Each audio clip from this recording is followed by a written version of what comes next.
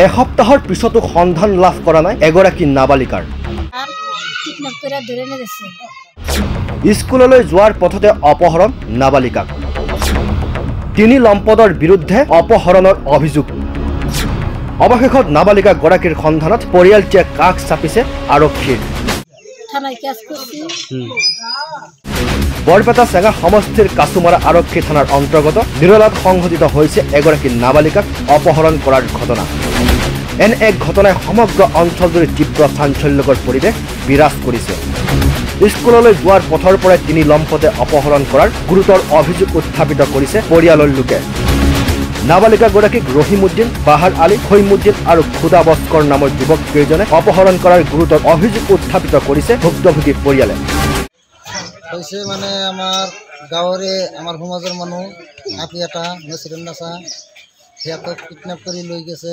স্কুলে যোৱা অৱস্থায় লৈ গৈছে বাহাৰুদ্দিনে, ৰহিমউদ্দিন আৰু বাহাৰ আলী আৰু খৈমুদ্দিন আৰু খুদা এইকেইটা জড়িত থাকি ৰাস্তাৰ পৰা কিডনেপ কৰি লৈ গৈছে।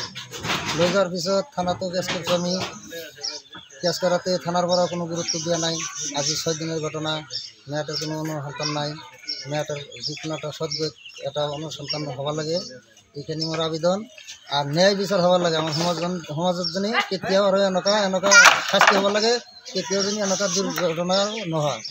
আৰু এই ঘটনাৰ পিছতে নাবালিকাগৰাকীৰ সন্ধান বিচাৰি ভুক্তভোগী পৰিয়ালে কাছুমাৰা আৰক্ষী থানাত দাখিল কৰিছে এখনি এজাহাৰ।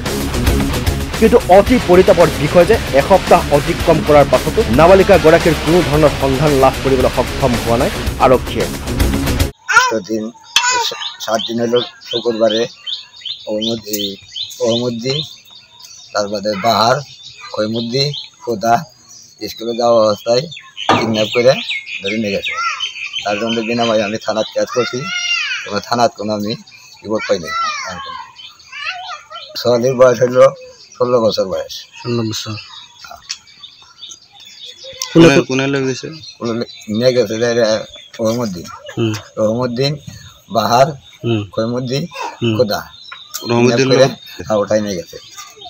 কোনো সন্ধান পোৱা নাই? না, কোনো সন্ধান আমি পাওয়া নাই। কেস করেছে? হ্যাঁ, আমি কেস করেছি থানাত থেকে আমাক কোনো রিপোর্ট দেওয়া নাই। দিয়া নাই। এতিয়া কি বিচাৰে? আমাৰ এটা উচিত বিচাৰ লাগে। সেয়েহে উপায়ন্ত হৈ ভুক্তভোগী পৰিয়ালে সংবাদ মাধ্যমৰ যোগেদি পুনৰ নাবালিকাগৰাকীক উদ্ধাৰৰ কাৰণে ৰাজ্য চৰকাৰ আৰু প্ৰশাসনক কাতৰ আহ্বান জনাইছে। News desk report, my news any.